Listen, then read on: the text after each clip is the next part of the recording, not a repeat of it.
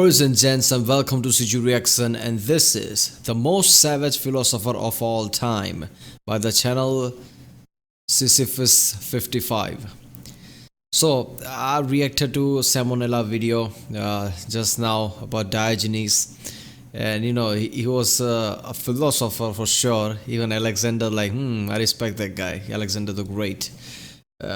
He is the philosopher who was defecating on the street, masturbating in open. So yeah, obviously I thought he was crazy. Some people in the comments did say, he's not really crazy. He's just going up against all the social norms. But that's not the point, man. If you're defecating on the street openly, if you're masturbating openly in public, you are crazy. I mean, you know that you exist. After that, everything is open to interpretation. But that's not the point. The point is, at certain points, you have to look at, does this go against common sense? There's a reason why everybody don't defecate on the street. There's a reason why everybody don't masturbate publicly. It's common sense. And if you go against common sense, you're not really going against the social norms. You are kind of crazy. Now, crazy is not just simplest term like he's just batshit crazy, things like that. Something was loose in his head, but that doesn't mean he wasn't smart. He was smart, obviously, as we've seen the way he, told, Plato that your description of human is wrong. That was epic. And there was lots of incidents like that. Obviously he was a great philosopher, he was smart, but that doesn't mean there wasn't a screw loose in his head. You can't just defecate on the street, masturbate openly in public, and not be somewhat crazy. But he was still a good philosopher. Even Alexander the Great, what, yeah, you're fine. So yeah, let's watch the more detailed video about it from this channel.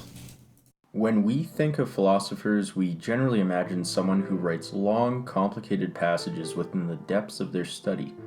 Maybe we even imagine the classy existentialist talking futility over a cup of coffee in the Saint-Germain. And then there's Diogenes, a homeless man who urinated on people, lived with dogs, and masturbated in public that we still... Alright, also that, urinated on the people. Really? You're gonna say that he wasn't crazy? Come on, man. ...talk about to this day. To put it simply, this guy cared little for the opinions of others. In the greatest of accounts, Diogenes would roast the philosophers and the rulers of his age, only to leave them dumbfounded by his unassuming wit. Where do we even begin with this man? Especially when he has no authored written material preserved, and thus we must rely on second-hand written accounts of his absurd life. Since the events of his life are so blurry, let's lay out his philosophy, which is more of a doing than written system involving acting out what you believe in, more so than other philosophies. Many consider Diogenes to be the founder of Cynicism, an ideology that is so unconventional, many scholars find it difficult to call it a school of philosophy. Cynics believe, as do the Stoics, that they have found the shortcut to virtue through their certain lifestyle, although they also address that this shortcut is actually really hard to attempt. We can see this difficulty in living your life as a cynic, as its very name suggests a dog-like existence. The word cynic in Greek is komikos, which also means dog-like. This naming either came from one of the first of the cynics' nicknames being similar to the word dog, or from Diogenes, who would shamelessly perform his private acts in public, and was later deemed Diogenes the dog. There is specifically one account in which, when seen living amongst the dogs and appearing just as dirty as them, he was called a dog by passerbys. Not being one to contest such a statement as being a dog and his philosophy is quite virtuous, he embraced the name by urinating on the name callers, as a dog would. Damn. To not get sidetracked, the ethics of this philosophy are really quite simple. Live in accord with nature. Cynics see society as overcomplicating everything and instead embrace existence in nature as a dog would.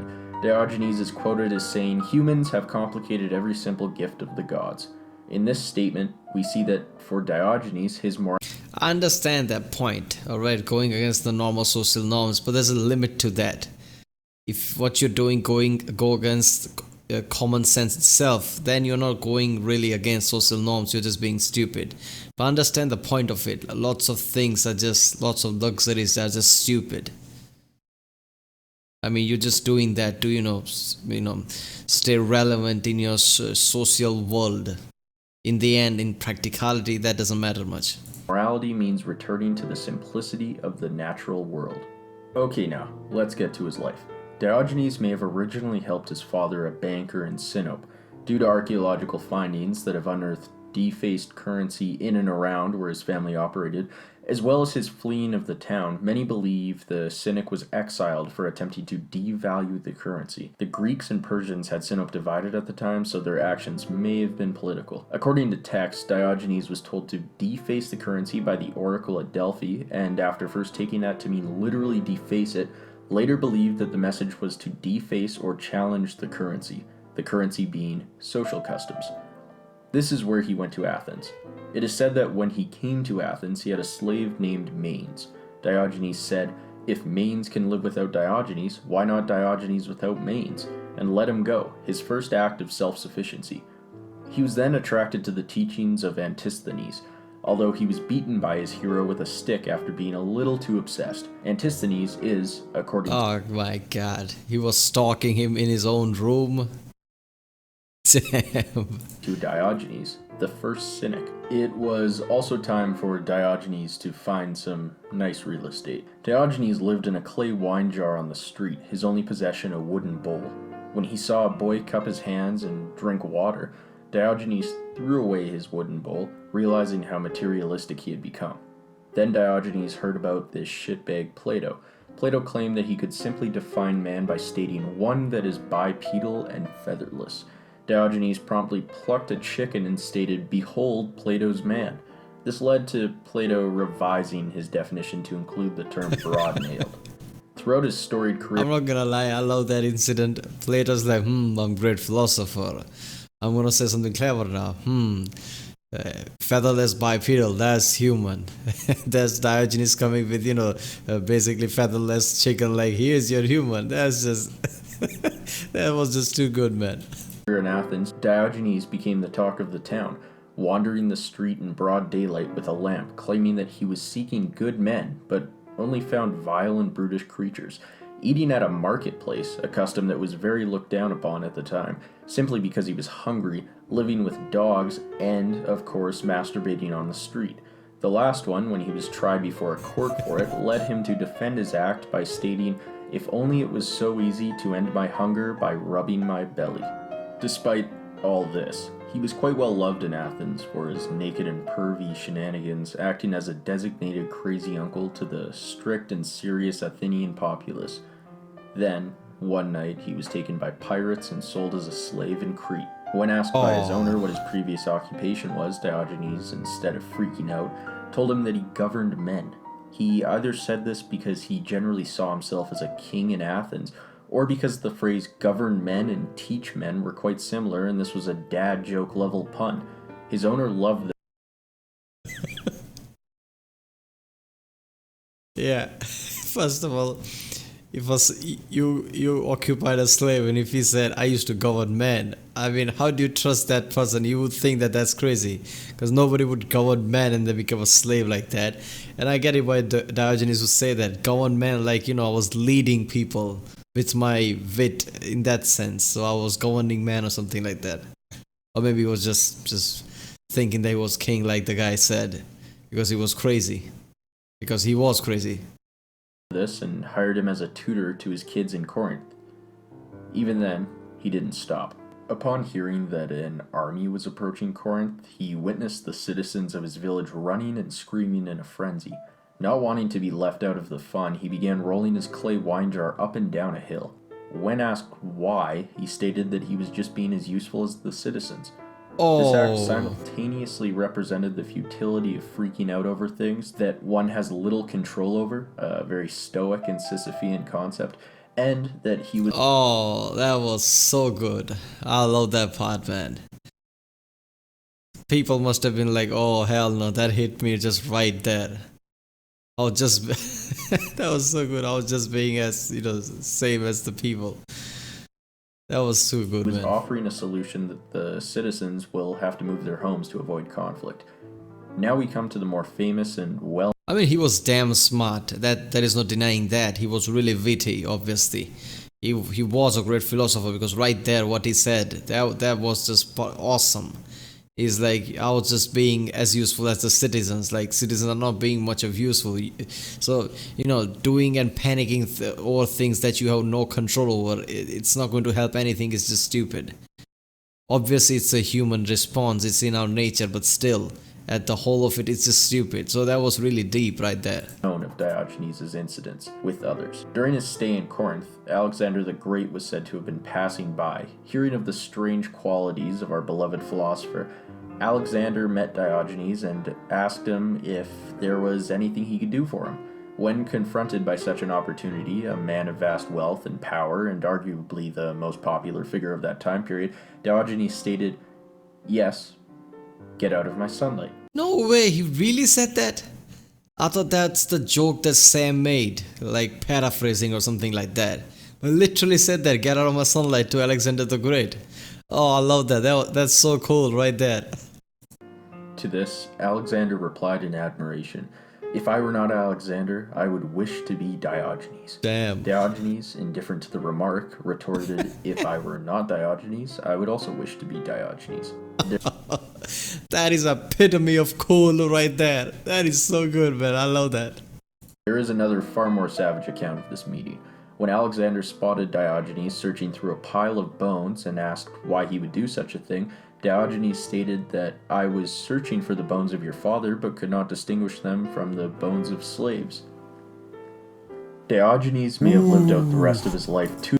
Oh, he was a damn good philosopher. That's just too good. That was so good.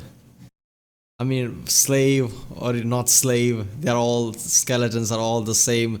That hit deep, man. Tutoring, or he may have spent it on the streets of Corinth. Even his death is kind of ambiguous. Certain accounts establish that Diogenes simply held his breath and died. Some believe he became sick from eating raw octopus or... I mean, you can't do that, can you?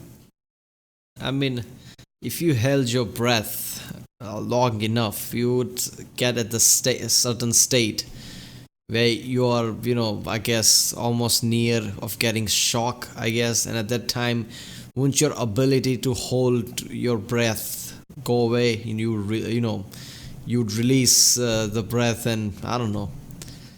How can you just hold your breath without putting your hand over, just holding breath, and you would die like that? I don't know. I don't know if that's possible or not, but to me that feels like that's not possible. I mean, at certain points your body would let go, your control over your body would let go, and we would continue breathing, wouldn't it? Suffering infection from a dog bite. Whatever finally took Diogenes may never be known. When asked about what he would like to happen to his body upon his death, he asked to be thrown over the walls of Corinth with a stick so he could battle the wild animals trying to eat him. When asked why he would need a stick as he will be unaware of anything, he said, "If I lack awareness, why should I care what happens to me when I am dead?" We see that even as he faces his mortality, Diogenes continued to push the customs of his period, a consistent advocate of simplicity as the highest virtue. Now, despite... Oh, that was deep. So he's like, what you want happen to your body when you're dead?